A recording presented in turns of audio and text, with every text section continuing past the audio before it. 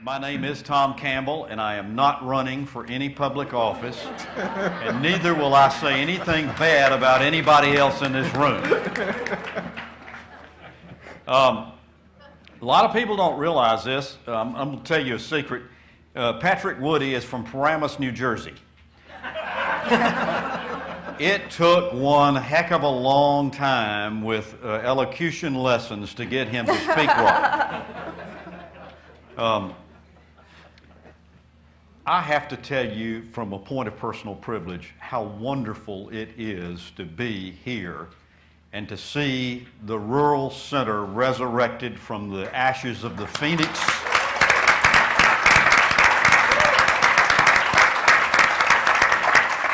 You folks are involved in God's work.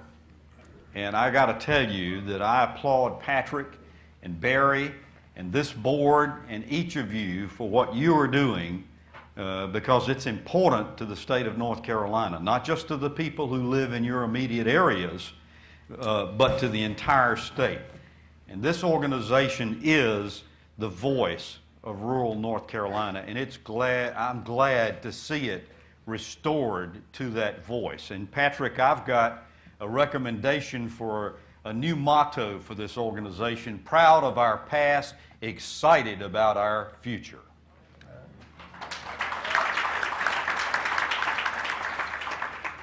You've got a great story to tell, and as a matter of fact, that's what our company, Carolina Broadcasting, does, is help people in telling stories throughout North Carolina. And through NC Spin, we have the opportunity not only to do that, but to talk about important topics of interest to our state throughout the course of the week. And for those who may not know very much about us, let me suggest and encourage you to go to our website, ncspin.com. And there you will find not only a web page filled with information and topics and videos about some of the more recent current public policy issues that we've talked about, but also a listing of the stations and the times where we're broadcast. And I say that not because that I'm asking for any personal recognition or glory about it, but I will tell you that I believe it's important for a state to be informed, because informed people make better decisions. And so the better informed we can be with better balanced debates on issues that concern us in North Carolina, the better this state is going to benefit. And so I think it's important for that. We're going to talk with Carol Caldwell first, a native of Whiteville, an East Carolina graduate. She speaks R. She went to school with Columbus County Schools as a speech pathologist, easy for me to say. Retired in 2008, and then she started working in Columbus County for Dream Center Incorporated, and she's been their executor since 2009. Carol, welcome. We're looking forward to your remarks. Thank you very much. As Tom said, my name is Carol Caldwell, and I am a native of Whiteville, North Carolina, in Columbus County. And I very proudly say that I, after college, chose to go back to Whiteville to live and to make that my home. For those of you who don't know where Whiteville is, we're located approximately 1 hour between Wilmington, Fayetteville, and Myrtle Beach. When I started thinking about this topic, boots on the ground, I started thinking about the good, the bad, and the ugly of Columbus County. And I had several factors that came to mind, those being health, education, unemployment, crime, substance abuse. And then under that, I thought, well, all of these kind of fall under one umbrella, and that would be the umbrella of poverty. When we look at the 2010 census, we see that the median income for Columbus County was around $32,500. And actually, that's $2,000 down from the 2000 census. Additional stats tell us that 27% of our population in Columbus County lives in poverty. The child poverty rate is approximately 41%, and the elderly rate is 17%. The unemployment rate, as of the current unemployment rate, is 9.2% in Columbus County. The effects of poverty are extremely pervasive. We have issues, like I said, dealing with health. Columbus County has been ranked the least healthy county in the state for the last 4 consecutive years. We have education problems, unemployment, crime, and substance abuse. The 2010 census indicated that we have 82% of our youth who are graduating from high school, and that's a wonderful thing. But the problem that we incur is that a lot of these youth, whenever they graduate from high school, have difficulties passing, they have deficits with reading, writing, and math. And so if they want to pursue higher education, a lot of times they have to go and they have to do remedial classes. So you're doing high school, remedial classes, and then college. We also have issues with youth who want to go on to college, who are fortunate enough to get in, but then they don't have the tuition to stay in school. We do have some youth who do manage to stay in school. They get to go, they graduate from college, but then they don't come back to Columbus County or to Whiteville to live. What they do is they go someplace else where there are better opportunities, and that's where they make their lives. And the sad thing is that their parents actually have to encourage them to go someplace else. You know, don't come back home, but go someplace else. We have some of our youth who do manage to stay in Columbus County, and a lot of times they do things that are illegal. So then they have records. And so a lot of employers do not want to or refuse to hire them. Another major challenge facing us in Columbus County is the lack of public transportation. There is none. Most of our people get around by walking, by biking, or just by bumming rides. We do have a transportation system in Columbus County, but that system is so expensive that most of our people cannot afford to utilize it. But I've also always been told that behind every cloud there is a silver lining, and Columbus County does have several of those. We have discovered at the Dream Center that collaboration is key to our existence and with other agencies. We currently have four funded programs. One is focusing on education, and that is our after-school tutoring program. We have health initiatives aimed at infant mortality reduction, teen pregnancy reduction, and also HIV awareness and testing. We have reconfigured our housing program so that now we focus mostly on financial literacy. We also focus on credit repair and some job preparation. We collaborate with Southeastern Community College to provide classes in computers, GED, and workforce training. Our teen pregnancy program that we have is a collaboration with our local health department. But we have one collaboration that we think is extremely unique, and it's a collaboration between the Dream Center and Whiteville United Methodist Church. And it's where we have formed an initiative called Circles of Hope Columbus County. This is an initiative that is designed to help bring people out of poverty into a state of self-sufficiency, one family at a time. And through this initiative, we're helping to give people, citizens, a hand up, not a hand out.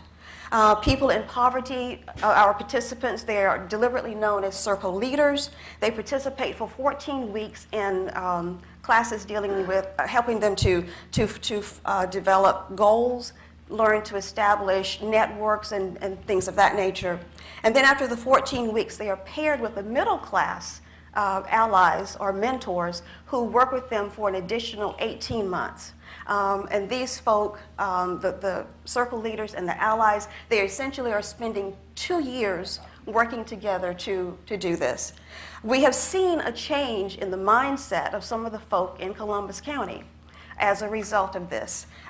We have seen that we have a very, very diverse and a very committed group of people who are working together to do Circles of Hope. We've been meeting for 2 years to get things lined up, and this past June we had our first graduating class of 7 families. And so we were extremely excited about that. We understand in Columbus County that Circles of Hope is not a quick fix, but it's something that is going to take time. We know that we know that change is hard, and we know that change requires hard work. But the people that we have lined up to do this are very, very excited about it and very willing to do it. There are 17 circle units across North Carolina.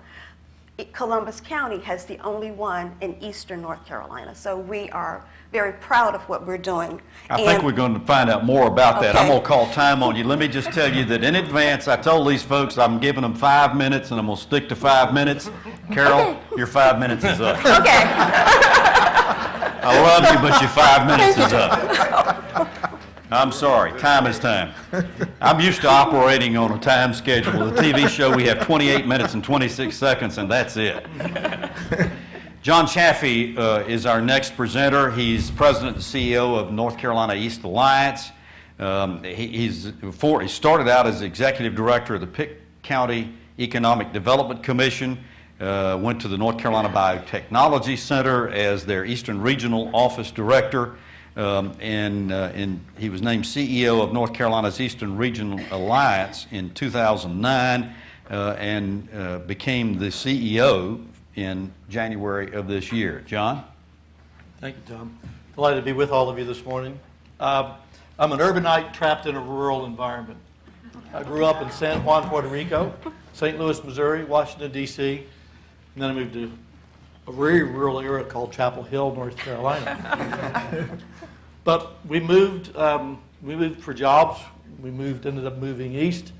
My family liked it. I have 3 grown kids. And they always voted against me and said, no, we like living in Greenville, North Carolina. It has everything that we want, whatever it is that we need, all our external activities, and we have a good educational system. And so we stayed, and it's provided some tremendous opportunities for me professionally, as Tom just mentioned, as we've stayed there. We've been there for a little over 30 years now. And it is a great place. It's one of the things I'd underline before we all started out. I was reading an article in the paper this morning about urban migration of college graduates is expanding. And it is. And what they talk about is going to the really super metropolitan areas. The thing we always like to point out, and what we really need to point out in terms of those of us who are coming from smaller metro areas or rural areas of North Carolina, is that quality of life is defined by the individual.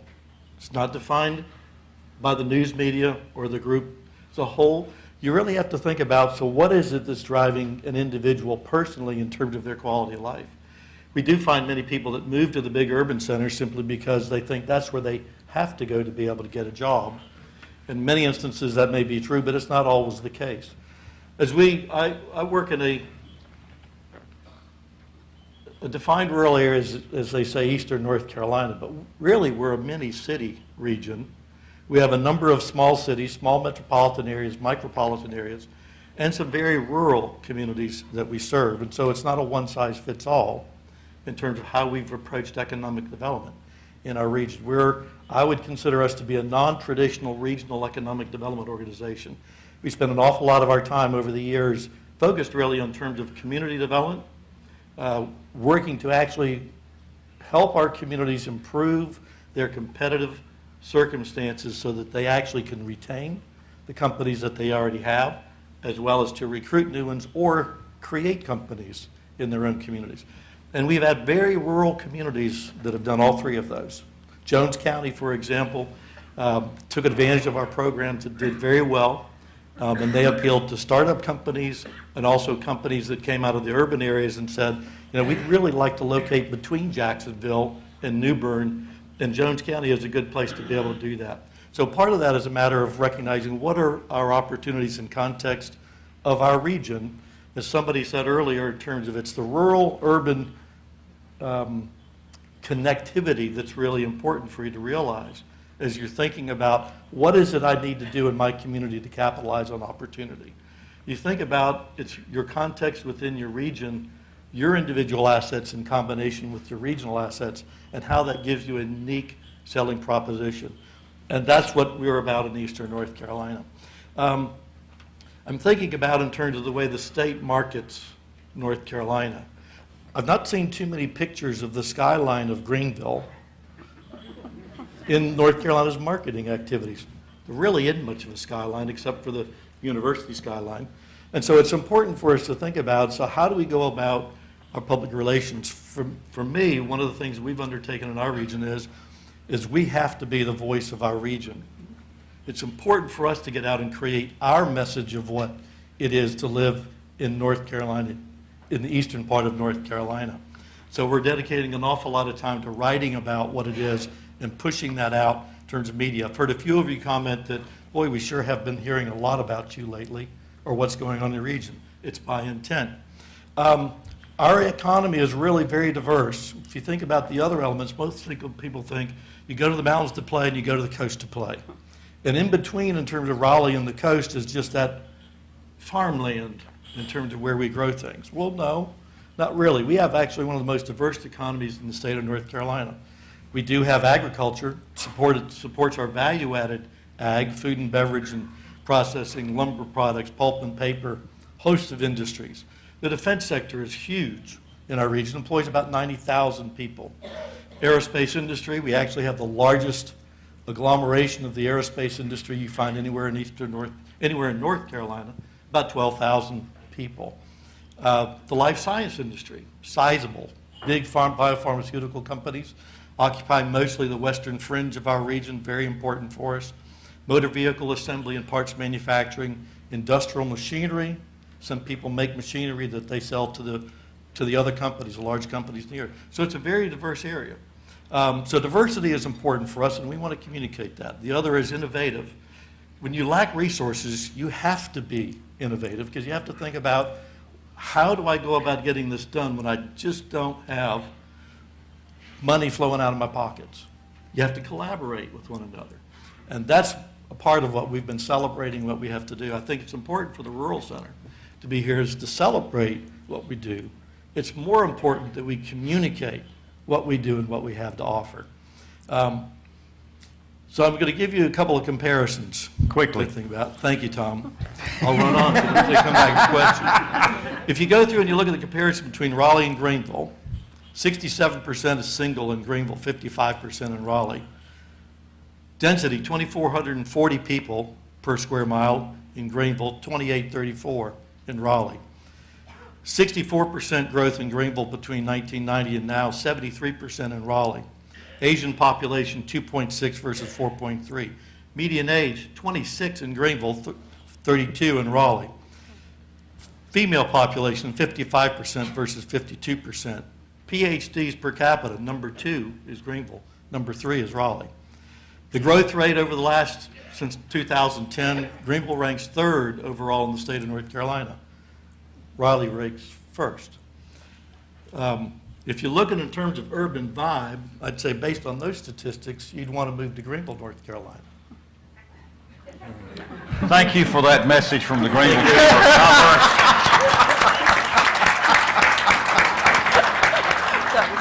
I'm sure there'll be a check waiting for you when you leave.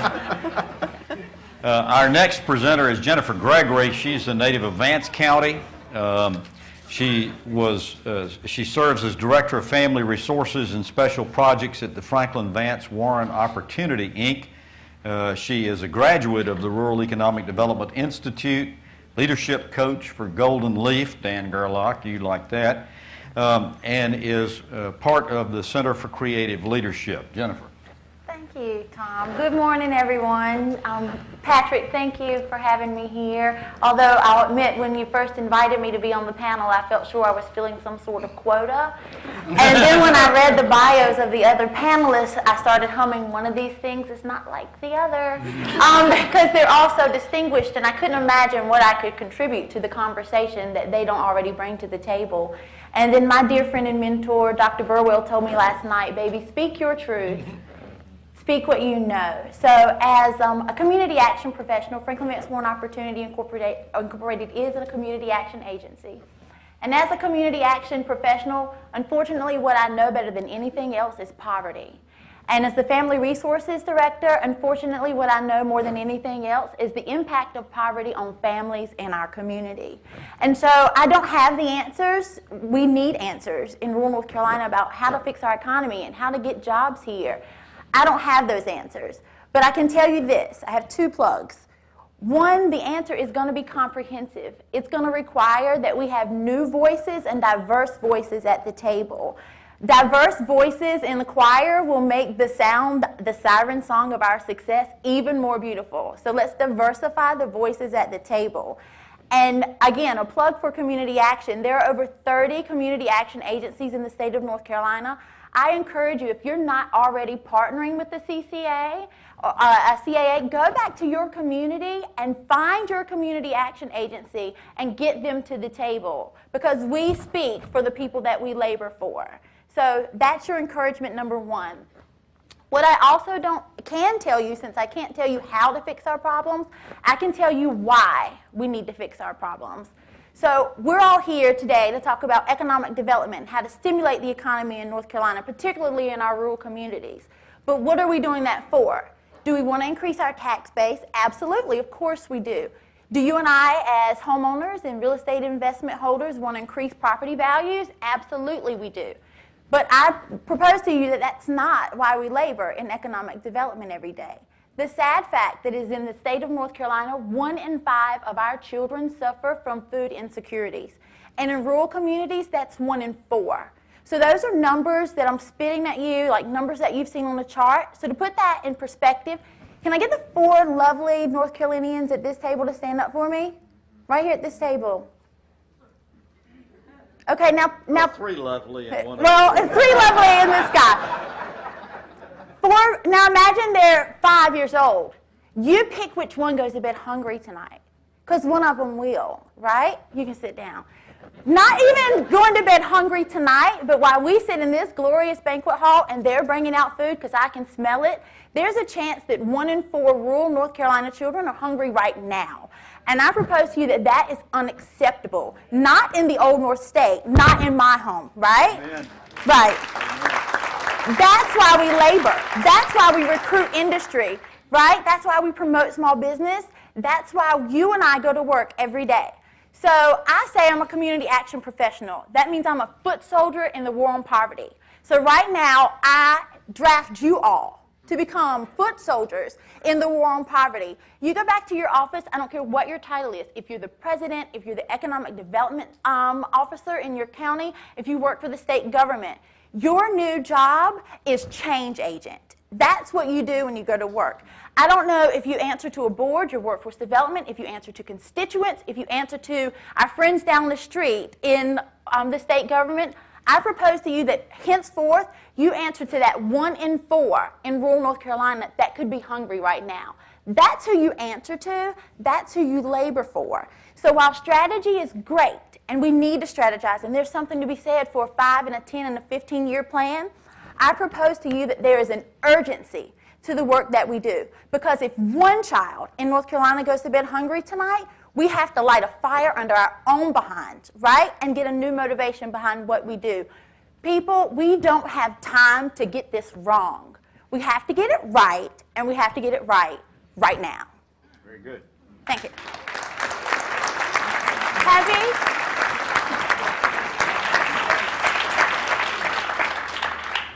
Somehow I get the impression that a new Billy Graham has been born.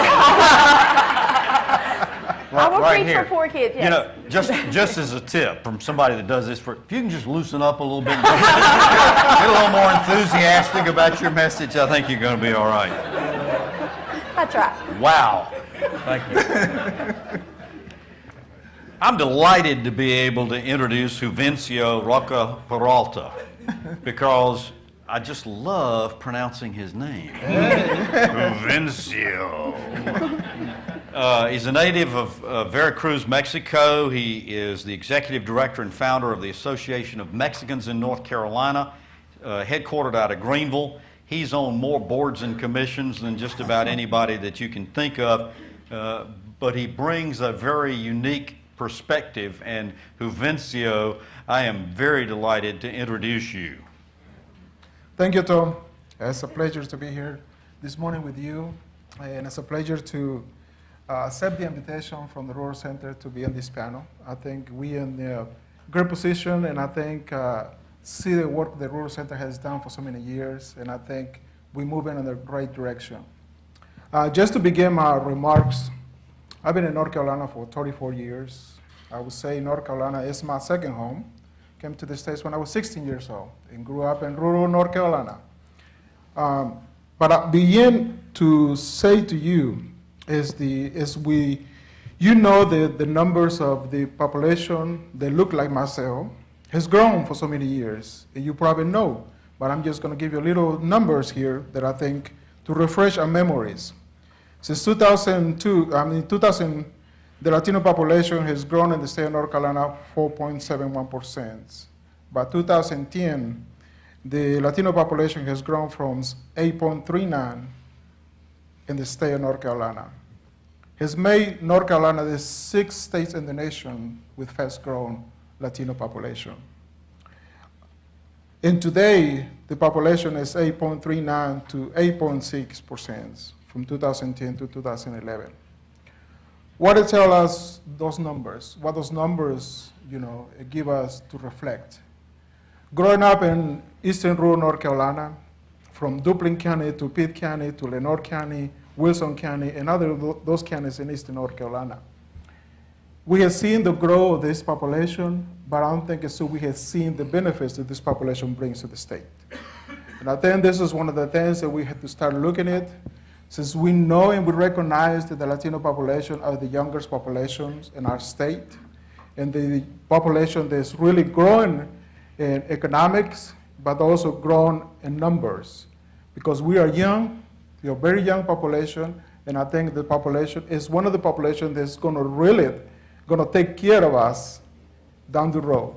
And I think this is what we have to really to be aware, how this population plays a role in rural North Carolina, especially in small towns where we have seen in some the demographics show today that we have lost population from small towns out to other cities and other states, and how those towns, thanks to these migrations, have really grown the population and grow the economy.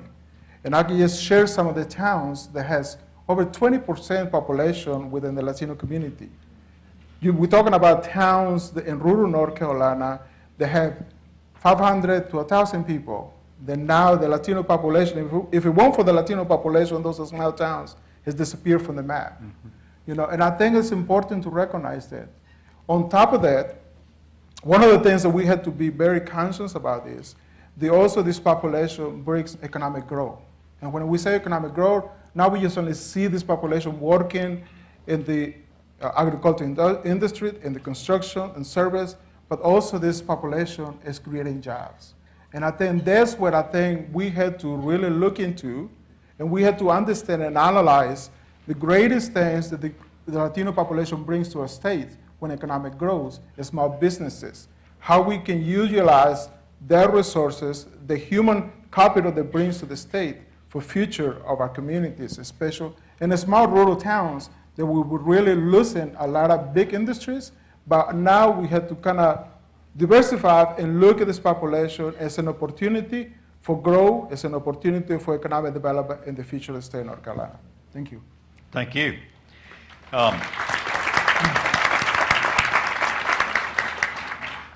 Well, our next presenter wins the award for the best socks in the whole room. Adrian Tait is the executive director of the High Country Workforce Development Board. He is an entrepreneur, he's a design professional, he's an artist. He has a bachelor's degree in communications from Appalachian State University, and brings a perspective, because too many times we think of rural as being east of I-95 when we're in this part of the world. He brings a perspective from what's going on in the high country in the western part. Adrian? Well, first of all, I have to start by telling you that as I was leaving Boone yesterday, I realized that your Christmas tree order is ready. And it'll be here in just a week or two. So, and if you're not the cut tree, pick it off the lot type, and you're more of a choose and cut person, I'd invite you up on Saturday. It's going to be snowing there. We're aiming for a white Halloween tomorrow. So I lead the High Country Workforce Development Board, which is a group fundamentally of private sector employers and local area agencies that seek to connect people with jobs. And I have to tell you how excited I am right now. If I were to go, Adrian, your mic is not working. I'm going to ask you to hold a handheld. So if I were to go to a 30,000-foot level for just These are artificial tree people. All right, so talking for just a moment about the system, the workforce development system itself in North Carolina. I've heard it argued that we don't really have a system in North Carolina, but I would argue that in the last 2 years we have seen a more fundamental change in how the system operates than we have seen in decades. And what I mean by that is the alignment of our K-12 school systems, our community colleges and universities, our workforce development, our career centers, our community action agencies coming together in a way that we haven't seen to really line up those initiatives. And if I were to put it in the context of building a car, in North Carolina we have had fantastic parts. The engine of our community college system, the wheels and transmission of our K-12 school systems, but until you put those parts together, you can't go anywhere. And I can tell you now, those parts are the finishing bolts are being put on, and we're now talking about the paint job of that system. Many of you are now aware that what used to be the unemployment offices in North Carolina, long live the unemployment offices, they are dead at this point. And what is replacing them is a system of career centers called NC Works. And you're going to see them across the state if they're not already in your area. And they are fundamentally a reinvention of how we connect people to jobs. We have a new piece of technology in the state that allows people to search for jobs and create profiles and allows employers to list jobs and search for candidates. We have never had that before. And while all of these pieces together across the state allow us some level of fundamental tools to do our jobs better, in reality, it comes down to what's happening on the local level. And I can tell you from several experiences just recently, seeing the level of interaction between our economic developers and our chamber directors and our colleges and schools and our career centers is folks have come together and are so responsive. About 3 weeks ago, we had one of our major employers really express some concerns about the ability for their business to expand in our region. And with a network of about 8 or 10 of those key folks in the area, within a week, we had a strategic plan that will cover the next 6 to 8 months and help them fill their needs. And several years ago, I don't think that would have been possible. So that tells me that we have a lot of hope for what's happening ahead. So very good. Thank you. All of these presenters have done an outstanding job. I hope you've picked up on several themes that have gone through this.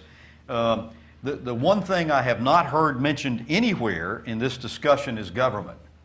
And I think that the majority of people in this room will agree government ain't going to be our solution. We're going to have to do this ourselves. Another theme, though, that I think that is pretty prevalent throughout the course of these presenters here is collaboration and cooperation. And Carol, I want to start questions with you because your partnership with the Methodist Church in your community in Whiteville. Talk just briefly about how that came about. Why did you recognize that it was important to find partners, and how did you recruit them, and how did you line up who would play what part? Okay.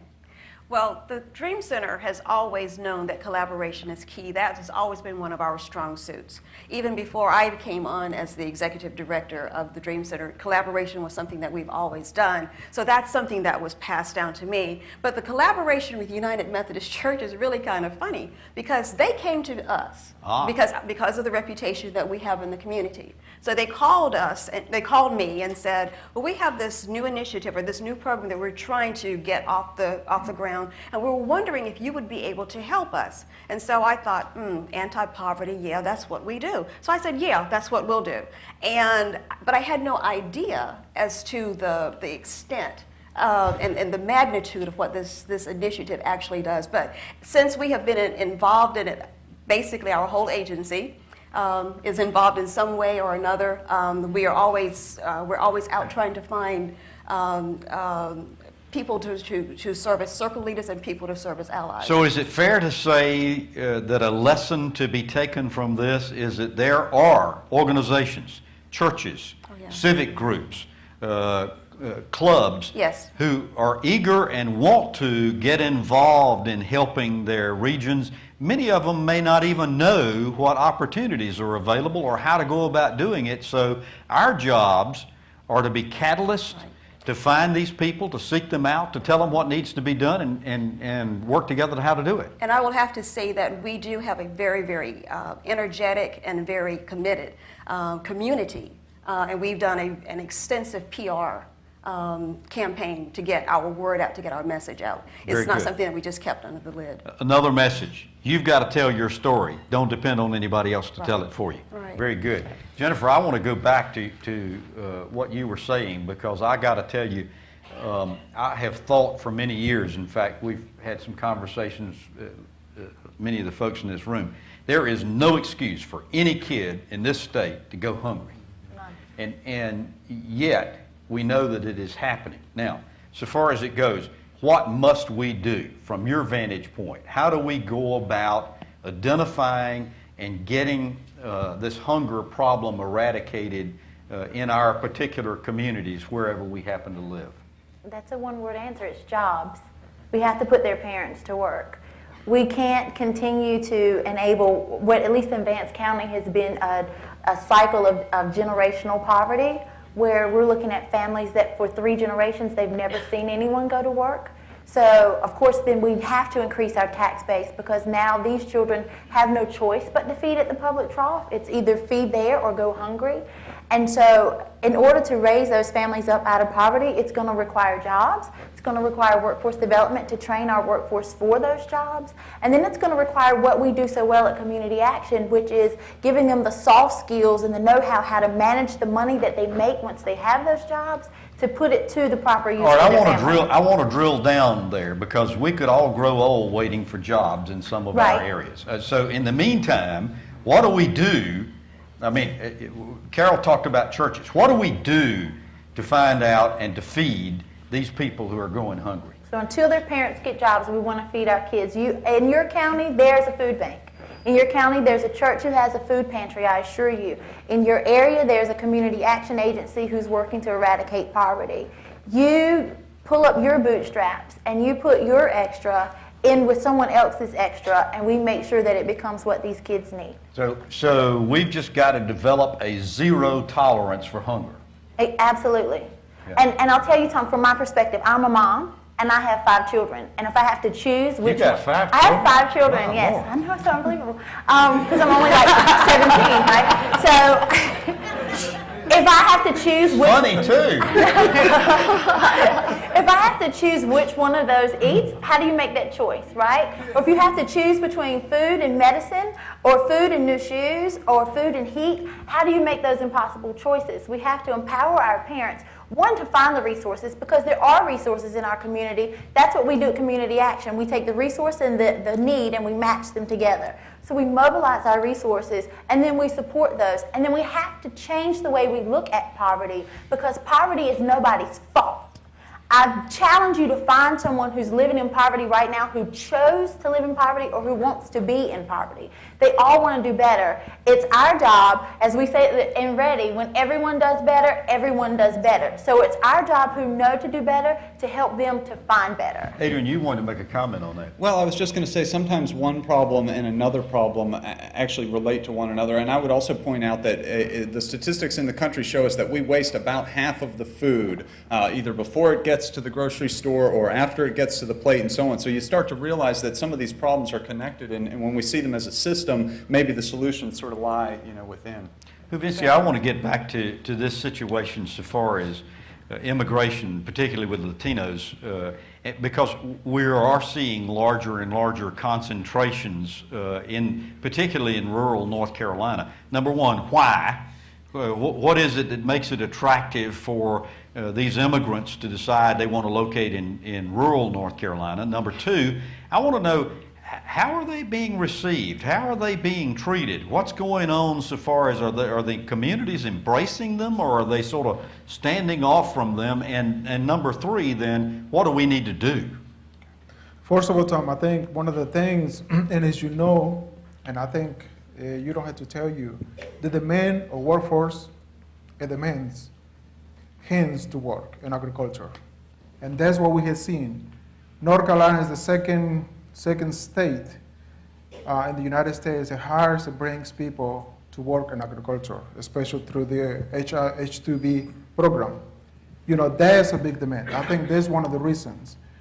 For so long, we've seen economic growth in the state of North Carolina. It was a demand to work in construction, agriculture, and service. So there was another demand that it was not enough workforce to work and do the jobs. Second thing, I think, some cities, some towns, very open, and I think I would see that in rural North Carolina, we have seen more embrace to this population because in the end of the day, it's a great benefit. And I think, but one of the things that we don't see in the entire state when it comes about policies that will benefit this population, that we really depend on it, does not benefit. The third thing is, what do we need to do?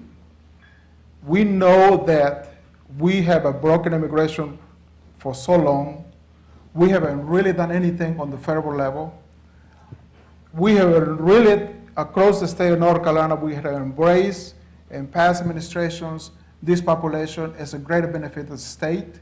So yes, but we do implement policies on top of policies to kind of enforce things that it doesn't belong to the state, it belongs to the federal government. That I think what we need to do, we need all to embrace together. You have mentioned something about collaboration. Us and immigrants, we need you. We need to change policies for the long-term benefit of the state of North Carolina. All right, John, let me ask you a question, and I've got a couple of general questions that I want to ask everybody on the panel here.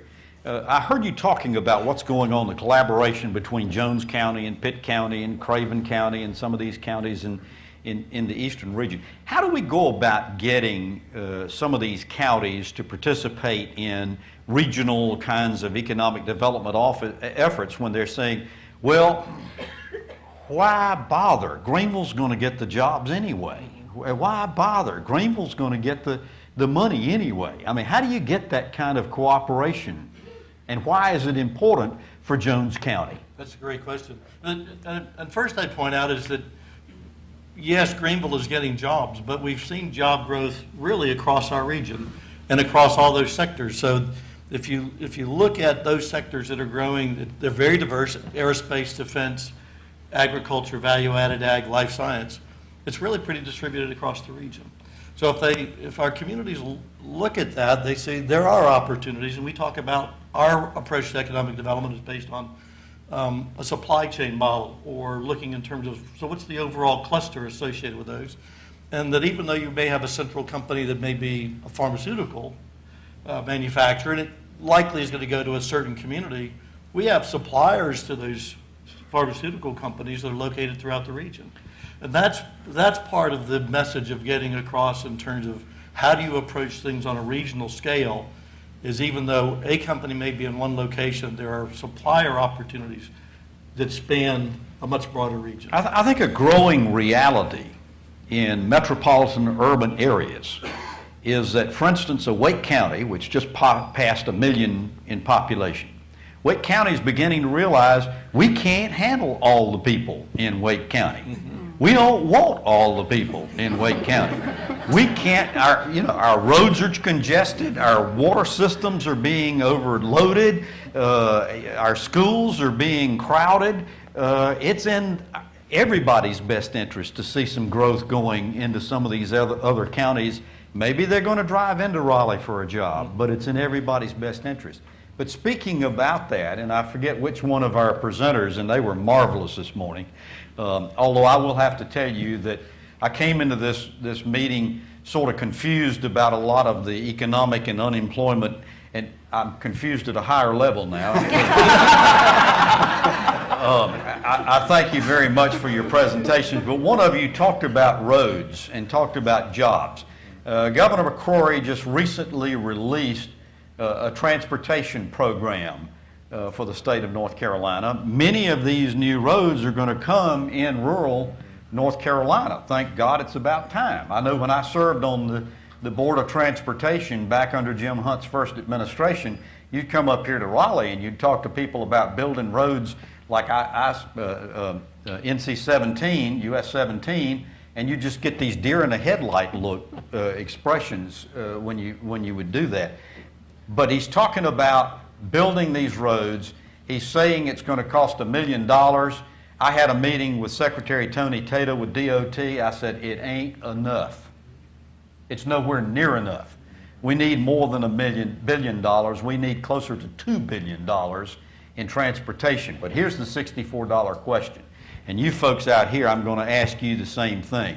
If we had leaders who had the courage to put a $2 billion road bond referendum on the state, and you were satisfied that it was going to benefit not only just your particular community, but the entire state, do you think the people of North Carolina would vote in favor of passing a road bond referendum? Raise your hands.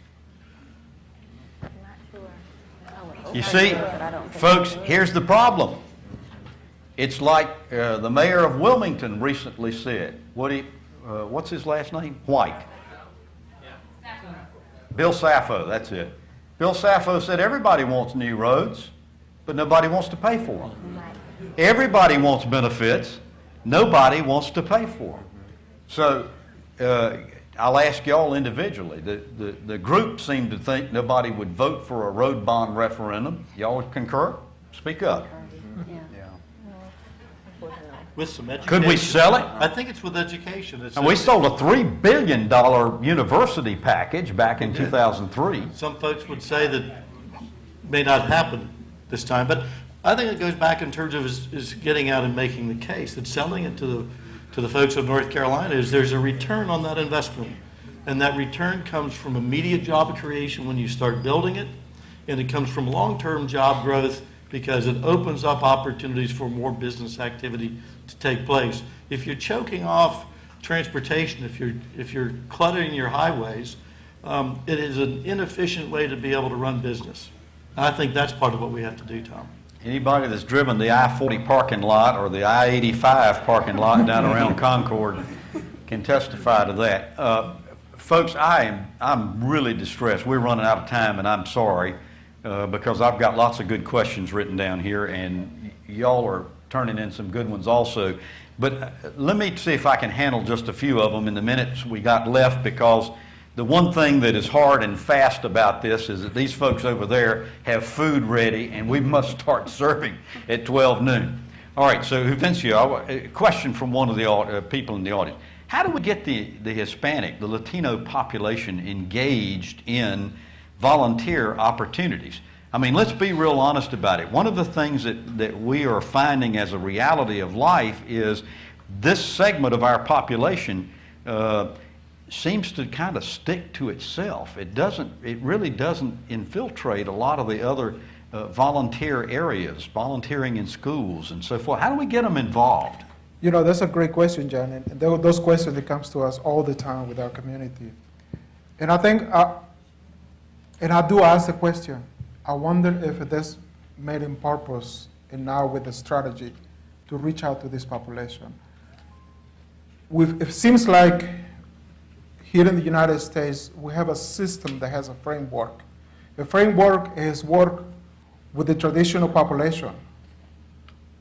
We had to come out with a new way to a non-traditional populations. How those non-traditional populations get engaged into this process. We had to be honest to ourselves. This population is a new migration. We just grown for the last 20 years. But zero migration, first in the North Carolina we had migration that we just travel back and forth.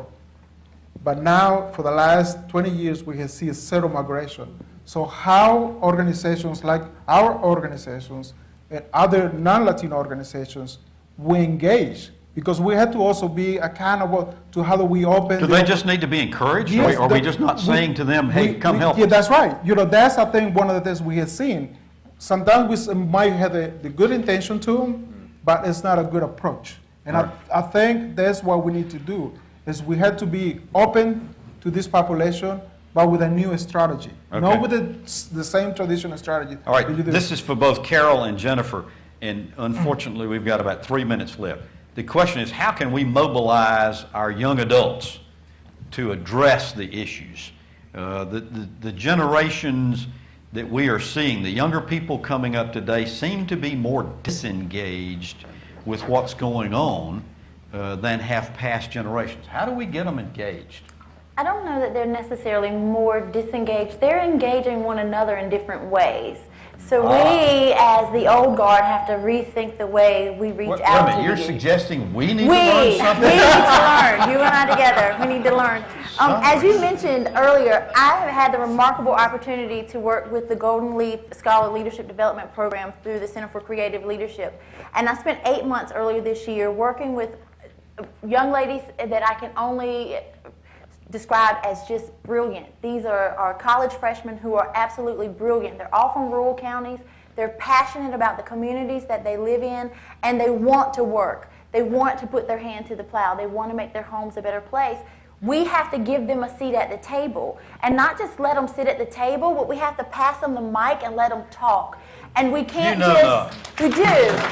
And then we have to listen to what they say and be willing to put our hand to the plow that they build. They want to work. And so we have to rethink the way we reach them. We have to use technology. We have to reach them where they are. But then if they feel like they have a voice, if they feel like they're being taken seriously, then they'll step up and they'll surprise us every time. Carol, you want to add something to that? Well, I really want to just kind of, yes, I do. I'm going to piggyback off what Jennifer said, because at the Dream Center, we actually have a very high rate of youth involvement.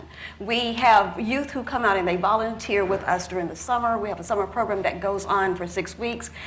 We call it Come Back and Do Pay It Forward. These are some of our kids that were with us, but they've outgrown they've aged out of the program. So they do come back, and they come to us for 6 weeks, Monday through Thursday, from 8 o'clock to 3 o'clock. They treat it as a job. And you would think they were actually being paid, but they're not. But they're getting some sort of benefit out of it. But they actually see the good that they're doing and the good that it's doing for the community. So I think if you, like Jennifer was saying, if you acknowledge them, if you give them the dignity that they want, then they will come back and they will work with you. And we have had 3 of our kids just graduated from high school this summer. 2 of them have gone on to college and 1 went into the military. And so under our wing, they're doing good things, but they're also seeing that they can also influence those kids that are coming under them. Folks, I think the message here is there's work to be done. Well, I think we all knew that when we came here today. I hope you are re-energized into understanding and believing that the Rural Center is the catalyst for where that work can begin, where these discussions can be held. And there are not many forums where you can go where these kind of discussions can be held. But even more importantly than that, what happens? What do you do? And Patrick's going to talk about that this afternoon with the new vision for the Rural Center. But I got to tell you, it is encouraging and energizing to be amongst a group of people like this, and I thank you for allowing us to come, and I hope you'll give these panelists a warm round of thanks.